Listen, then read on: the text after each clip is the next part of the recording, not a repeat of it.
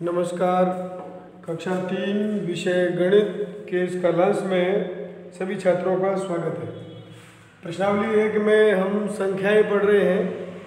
संख्याओं में प्रश्न नंबर 4 में आरोही क्रम हम सीखेंगे। इसमें आरोही क्रम में किस प्रकार से बदलते हैं।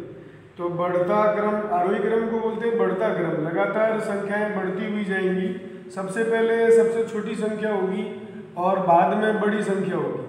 तो हम किस प्रकार से ये पता लगाएंगे कि बड़ी संख्या कौन सी है और छोटी संख्या कौन सी है।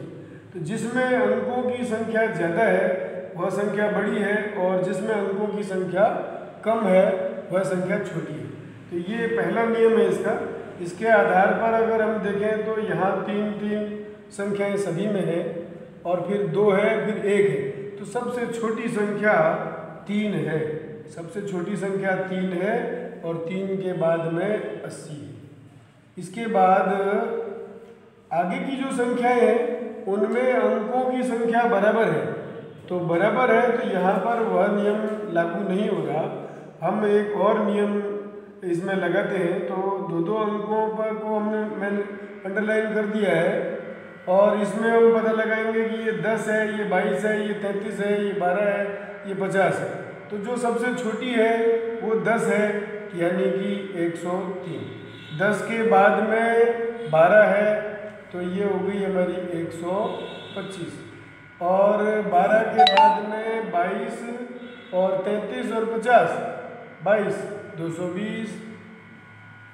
22 के बाद में 33 और 50, 33 उनसे बड़ी है और 50 उससे भी बड़ी है। तो इस प्रकार से ये हो गई 339। पूरी संख्या को न जांच करते हुए केवल बाईं ओर का एक अंक या 2 अंकों का उपयोग हम कर सकते हैं।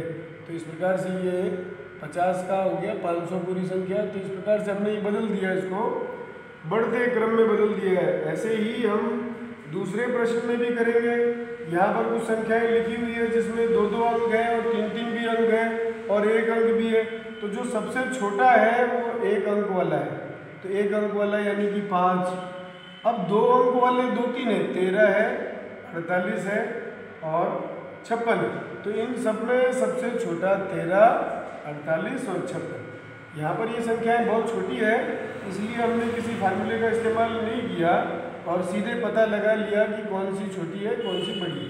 13, 48 और 56। तो मैं यहाँ लिख देता हूँ 13, 48 और 56।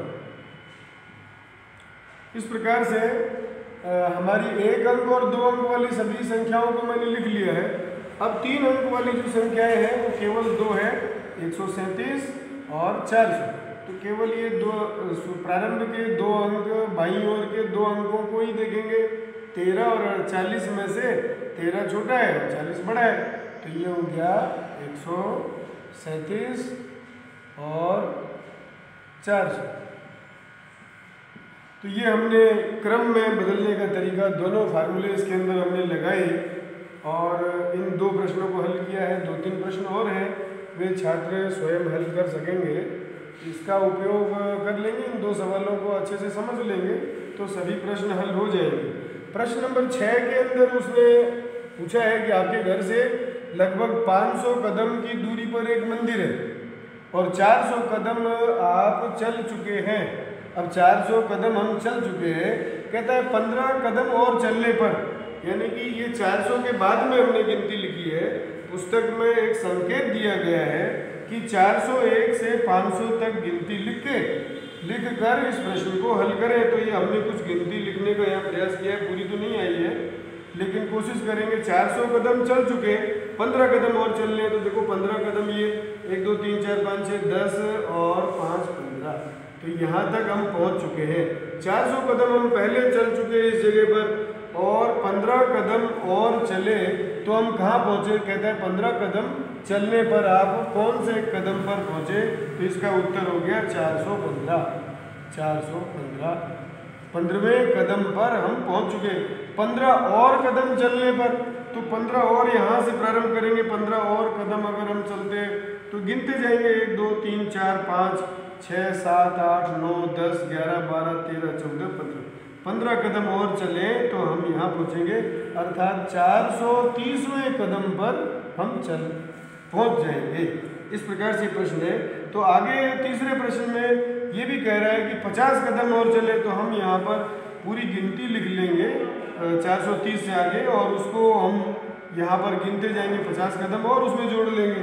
तो 500 कदम तक पहुँचने के लिए कितने कदम रह जाएंगे, तो 20 कदम उसमें रह जाएंगे। इस प्रकार से अन्य 2 प्रश्नों को भी हम हल कर सकेंगे। धन्यवाद।